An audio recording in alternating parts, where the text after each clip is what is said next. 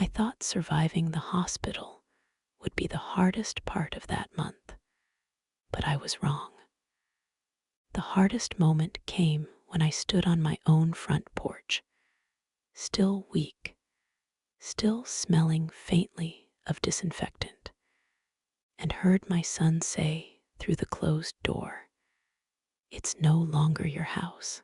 Don't come in." But I'm getting ahead of myself. Let me tell you how it began. I'm 72 years old, and until recently, I believed I had done at least one thing right in this life. I had raised my son to be kind, thoughtful, loyal. I believed the little blue house on Maple Ridge Road, the one I paid off with 30 years of careful saving and late night worry, was the place where I would grow old in peace. Then my heart failed me. It wasn't dramatic at first, just fatigue, dizziness, a tightness I brushed off because mothers learn early not to make a fuss. By the time I collapsed in my kitchen, the kettle screaming on the stove, I was already losing time. I woke up days later in a hospital bed, machines humming like insects, my chest aching as if it had been cracked open, which, in a way, it had. The doctors said I was lucky. A little later, they said the word complications. A little later still, they said weeks. A month in the hospital changes you. It strips you down. You stop caring about appearances and start clinging to small hopes, sunlight through a window, a warm blanket, the sound of a familiar voice. My son visited when he could, always in a rush, always with his wife, Laura, standing a step behind him, arms folded, eyes scanning the room like she was counting how much all of this was costing. "Don't worry about the house, Mom," my son told me once, adjusting his watch instead of looking at me. "We're taking care of things." I remember nodding, relieved, trusting. That was my first mistake.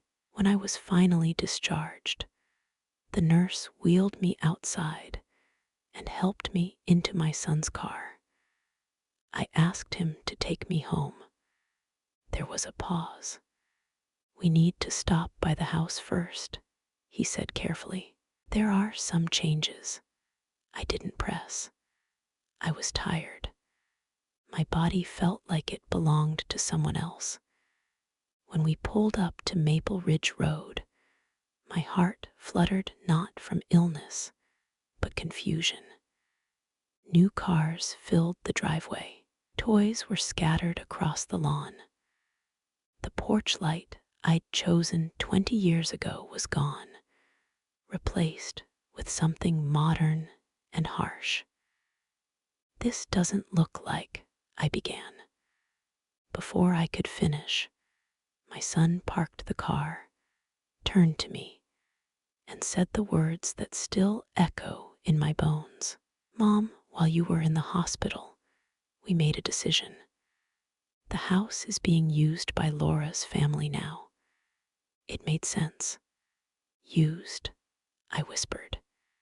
He opened the car door and added, quieter but firmer, "It's no longer yours." I stared at the front door of the house I had built my life inside and realized in that moment that surviving the hospital had only been the beginning, because losing your health hurts, but losing your place in your own child's life, that breaks something much deeper. And as I sat there, clutching my coat, one thought settled calmly in my mind. If they thought I was finished, they had no idea what I was capable of. And that was when I decided to stay quiet for now. Silence, I learned that day, can sound louder than shouting. I didn't scream. I didn't cry. I didn't demand an explanation the way a younger woman might have. I simply sat there in the passenger seat, my hands folded in my lap, feeling the weight of everything I had given and everything being taken without my consent. My son mistook my quiet for agreement. Laura's parents needed a place, he continued, avoiding my eyes. Their lease ended suddenly. You weren't home anyway, and the house was just sitting there. Just sitting there. That house had held my wedding dress in the closet long after my husband passed. It still carried pencil marks on the doorframe where I measured my son's height every birthday. It was never just anything. I can stay with you, he added, as if offering a consolation prize. Once you're stronger. I nodded slowly. Of course, I said. Family helps family. The words tasted strange in my mouth, but I swallowed them down. Laura appeared at the front door then, smiling too brightly. Behind her, her parents hovered, already comfortable, already settled. Her mother glanced at me the way one looks at an old chair, worn, inconvenient, but not worth throwing out just yet. You're home earlier than we expected, Laura said. We're still reorganizing my life.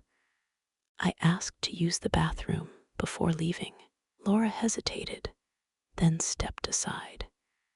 Inside, the house felt unfamiliar. My furniture had been moved, photos removed. The hallway table my husband built had vanished. In the bathroom mirror, I barely recognized myself, pale, thinner, eyes sharper than before. Something had shifted inside me, quietly, irreversibly. That evening, I stayed in my son's guest room, staring at the ceiling, listening to Laura whispering in the kitchen. She'll get used to it, she said. She doesn't need that big house anymore. My son murmured something in response I couldn't quite hear. I didn't need to. The next morning, I called the hospital to request copies of my discharge papers. Then I called the county office. Then my old friend Margaret, who had worked in real estate longer than most people stay married. I didn't tell anyone what I was planning. For the rest of the week, I played the role they expected. I thanked Laura for meals. I rested when told. I smiled gently and asked for nothing. I became invisible on purpose. People underestimate women like me. They think age makes us fragile. That kindness means weakness. That silence means surrender. By the 7th day, my strength had returned enough for a walk. I passed Maple Ridge Road slowly, watching Laura's family laugh on my porch. I didn't feel anger anymore. I felt clarity, because homes are more than walls, and mine had not forgotten who it belonged to. Not yet, and neither had I. The first thing I did was confirm what I already knew in my bones. The house on Maple Ridge Road was still legally mine. I sat at my son's kitchen table early one morning, a cup of tea cooling beside me, while everyone else slept. My hands trembled slightly as I opened the folder I'd asked Margaret to prepare. Inside were copies of deeds, tax records, Insurance papers, documents I had signed and safeguarded for decades. My name stood alone on every page. No transfer, no permission, no discussion. Whatever my son and Laura thought they had decided, it wasn't theirs to decide at all. Still, I didn't rush. I had learned long ago that the strongest moves are made when no one is watching. I spent that week remembering who I used to be before motherhood softened my edges. I had balanced accounts, negotiated contracts, survived a husband's death, and a failing heart. I was not as helpless as they believed. On Thursday, Laura's mother cornered me in the hallway. "We're repainting the living room," she said, not unkindly, but without asking. "You won't mind, will you?" I smiled politely. "Paint can always be changed." She laughed, thinking I meant the color. That afternoon, I visited the house while they were out. The door was locked, but the spare key was still hidden where I'd left it 30 years ago, tucked behind the loose brick near the steps. Some things endure. Inside, my chest tightened. The house felt occupied, but not loved.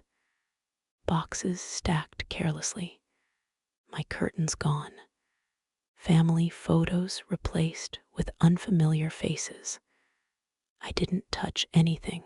I walked through each room slowly, letting memories settle back into place. And then I did something that surprised even me. I called a locksmith. By evening, the locks were changed. Every single one. I left a single note on the kitchen counter, written carefully in my neat handwriting. "This home remains legally mine. Please remove your belongings within 7 days. We will discuss arrangements after." I locked the door behind me and felt no guilt. That night, my phone exploded with calls. "Mom, what did you do?" my son demanded. "I secured my property," I said calmly. "You embarrassed Laura's family." I closed my eyes. "You embarrassed yourself when you forgot whose house it was." He hung up on me. I slept better than I had in weeks. Because for the first time since leaving the hospital, I wasn't waiting to be saved. I was reclaiming what had always been mine. And the hardest part, the confrontation, was still ahead. The confrontation came sooner than I expected. The very next morning, my son showed up at the guest room door with his jaw tight and his voice already raised. Laura stood behind him, arms crossed, her eyes flashing with something between anger and disbelief. "How could you do that?" my son snapped. "You locked them out like criminals." I sat up slowly, careful with my still healing body, and met his gaze. "They moved in without permission," I said. "That's called trespassing," Laura scoffed. "Oh, please. You weren't even home. You were in the hospital. We thought you'd understand." "Understand," I repeated softly, "that my home was given away while I was fighting to stay alive." My son ran a hand through his hair.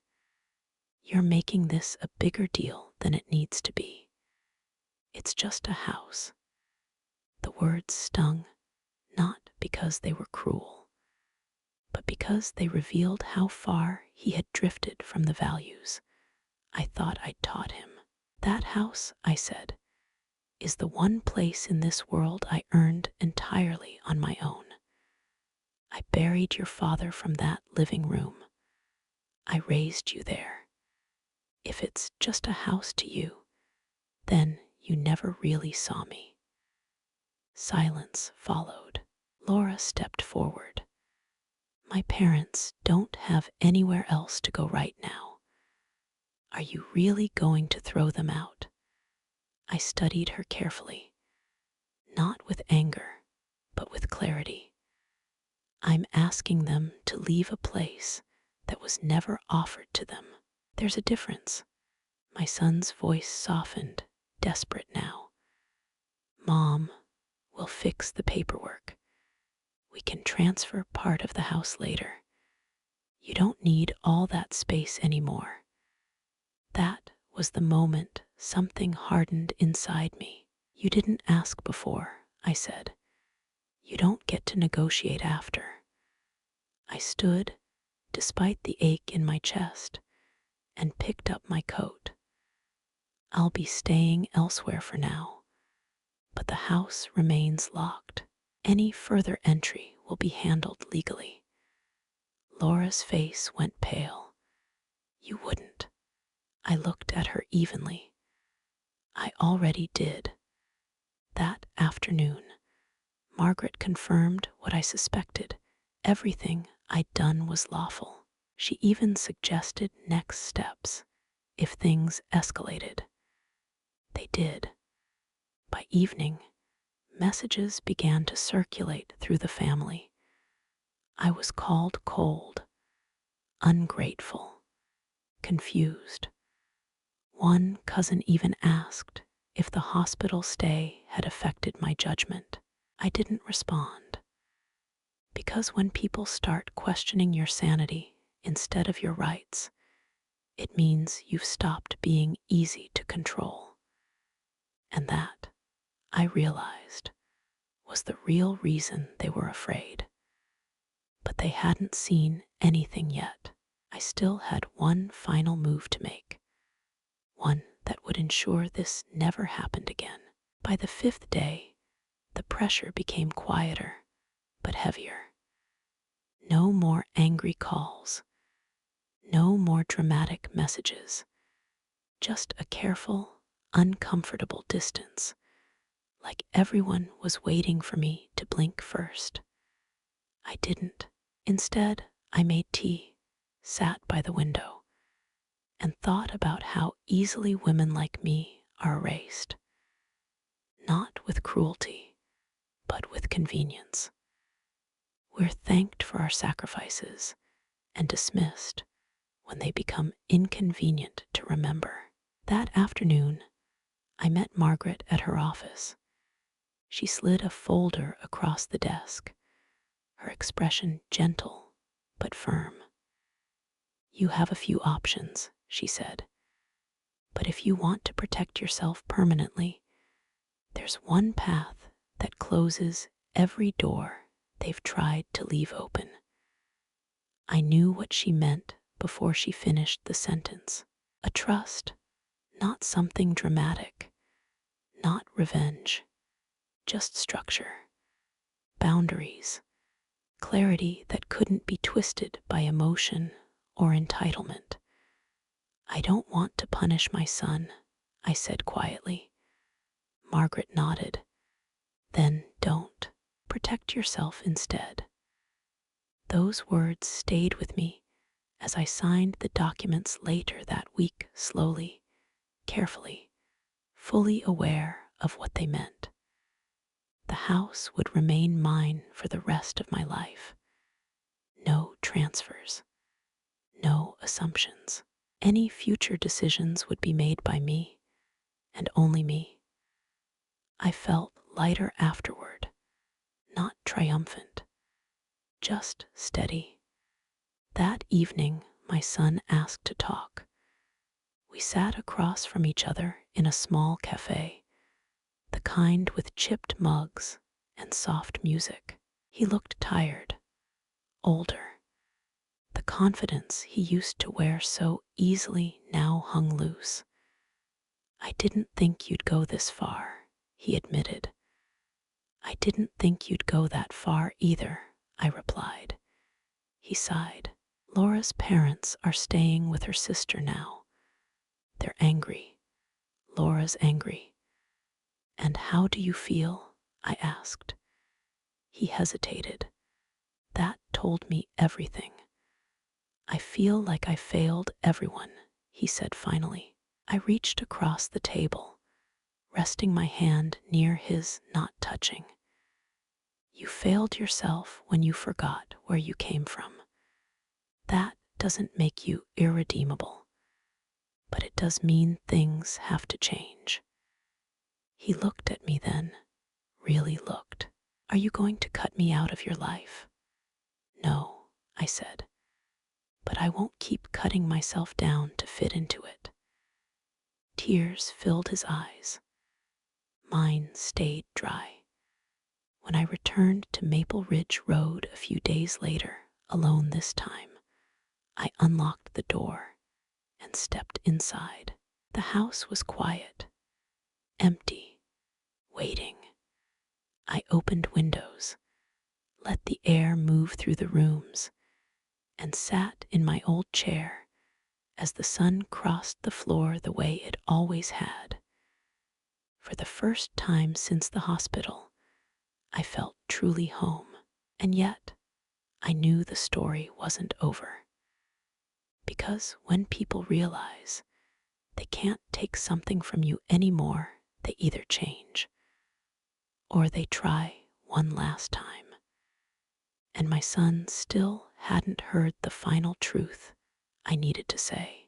The house creaked softly that night, settling back into itself like an old friend finally allowed to exhale.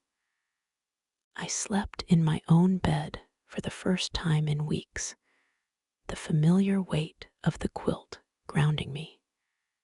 Still, sleep came in fragments. My body was home, but my heart was still sorting through the quiet damage left behind. In the morning, I brewed coffee and stood at the kitchen window, watching sunlight catch on the frost outside. This was the room where my son once spilled cereal every Saturday, where I taught him how to stir soup without burning it, where he promised, at 12 years old, that he'd always take care of me. Promises don't always break loudly. Sometimes they fade. Around noon, my son arrived. He didn't knock right away. I watched him through the window, hands in his pockets, pacing the porch like a nervous boy again. When he finally knocked, I opened the door but didn't step aside. "Can I come in?" he asked. I studied his face, the familiar lines mixed with something new hesitation. "Yes," I said, "but we're talking." He nodded and entered quietly. We sat at the kitchen table, the same one where he once did homework while I made dinner. He traced the edge of the wood with his finger. "I didn't realize how final everything felt," he said. "When you changed the locks, when you involved lawyers, it scared me." "It was meant to," I replied gently. "Not to hurt you, to wake you." He looked up. "I never thought of the house as something you could lose." "That's because you never imagined taking it," I said. He swallowed. "Laura keeps saying you overreacted." I leaned back in my chair. "Laura doesn't get to define my limits." He exhaled slowly, the fight draining out of him. "I don't want to choose between you and my wife." I shook my head. "Then don't. Choose what's right instead." Silence stretched between us, but it wasn't hostile. It was necessary. "I need you to understand something," I continued. "What hurt wasn't the house. It was the assumption that my life, my things, my space were available simply because I'm your mother. His eyes filled. I didn't mean it that way. I know, I said softly, but impact matters more than intention. He nodded, wiping his eyes with the heel of his hand. I want to make this right. Then start by listening, I said, and by never putting me in a position where I have to defend my existence again. He reached for my hand then, carefully. This time, I let him hold it. I'm proud of you, he said quietly, even if it took me too long to see it. I squeezed his fingers once. I didn't do this to prove anything. I did it so I could live the rest of my life without fear. When he left, the house felt calmer, not fixed, but honest. And I knew the final lesson wasn't for him alone. It was for me. Because love doesn't require surrender, and family doesn't mean erasure. I was still standing, and for the first time in a long while, I trusted that I would remain that way. The days that followed were quieter, but they carried a different weight, one made of awareness instead of fear. I moved through the house slowly, deliberately, as if reacquainting myself with an old version of me. I washed the curtains Laura's mother had hung and put my own back up. I returned the framed photos to the hallway wall, my wedding day, my son's first day of school, a faded picture of my husband smiling like he knew something the rest of us didn't. Each small act felt like stitching myself back together. My son called more often now, not with urgency or demands, but with hesitation. He asked how my heart was doing, if I was sleeping, if I needed groceries. These were simple questions, but they carried something new: respect. One evening, he asked if he could bring Laura by to talk. I didn't answer right away. Only if she's ready to listen, I said finally, not to defend. There was a pause. Then I'll tell her. They came the following Sunday. Laura looked uncomfortable the moment she stepped inside, as if the walls themselves reminded her that she was a guest again. We sat in the living room, the air thick but calm. I owe you an apology, Laura began, her voice stiff but sincere. I didn't think about how it would feel. I thought, since you're his mother, you'd understand. I studied her face. She wasn't cruel. She was careless, and sometimes that hurts more. Understanding doesn't mean agreeing, I said. And being a mother doesn't mean being invisible. She nodded, eyes lowered. I see that now. I believed her, not fully, but enough to move forward. When they left, I didn't feel victorious. I felt finished, as if a chapter had finally closed the way it should have years ago. That night, I sat alone with a cup of tea and thought about how close I'd come to losing more than a house.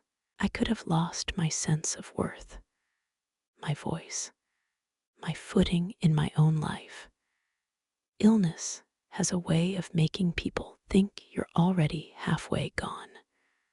I wasn't.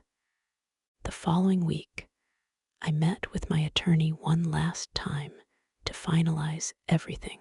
The trust was sealed, instructions clear, no assumptions left dangling in the future. On my walk home, I passed neighbors who smiled and waved, some stopping to ask how I was feeling. Word travels fast in small places. I didn't correct the rumors. I didn't explain myself. I didn't need to anymore. That evening, my son called. "Mom," he said quietly, "thank you for not giving up on me." I looked around my living room at the life I had protected, not out of bitterness, but out of self-respect. "I didn't," I replied, "but I stopped giving myself away." And as I hung up the phone, I knew there was only one thing left to do. Not to fight, not to teach, but to live on my own terms, in my own home, with peace that could no longer be borrowed or taken. And that, I realized, was the real ending. The first morning I woke without dread, I knew something inside me had healed that no doctor could measure. The house was quiet, not empty, just peaceful. I made breakfast slowly, standing at the counter without feeling rushed or watched. Outside, the maple tree my husband planted all those years ago dropped a single leaf onto the lawn, as if marking time for me. I sat by the window and thought about how close I had come to disappearing from my own life. Not because I lacked strength, but because I had confused love with sacrifice for too long. When you're a mother, you learn early to put yourself last. At first, it feels noble. Then it becomes habit. And one day, you wake up and realize people have grown used to you standing in the shadows, quiet, accommodating, grateful for whatever scraps of consideration remain. My illness forced a pause. My son's choice forced a reckoning.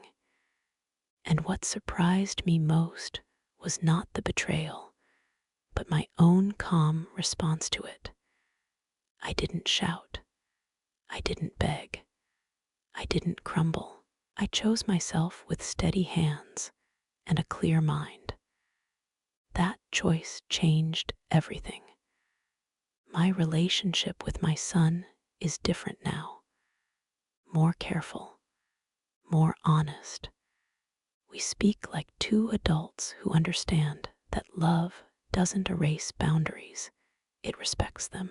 He visits, he helps, but he no longer assumes, and I no longer allow assumptions to stand. Sometimes, in the quiet evenings, I imagine what might have happened if I'd stayed silent, if I'd accepted the couch in their home, if I'd told myself I didn't need much anymore. I would have survived, but I wouldn't have lived. The house still creaks at night. The floors still remember my footsteps. And when I sit in my old chair, wrapped in the quilt I stitched years ago, I feel something deeper than comfort. I feel ownership, not just of the house, but of my life. If there's one thing I've learned, it's this. Growing older does not make you smaller. It makes your time more precious. And anyone who mistakes your patience for permission is simply revealing how little they truly see you. I survived the hospital. I survived the betrayal. And I reclaimed what was mine, not with anger, but with clarity. That was my final act, and it gave me something better than revenge. It gave me peace. Thank you for being here and listening. If this story touched you, please tap the like button. It helps more than you know. Subscribe if you'd like to hear more stories like this. And if you feel comfortable, leave a comment telling me where you're listening from or sharing a small part of your own story.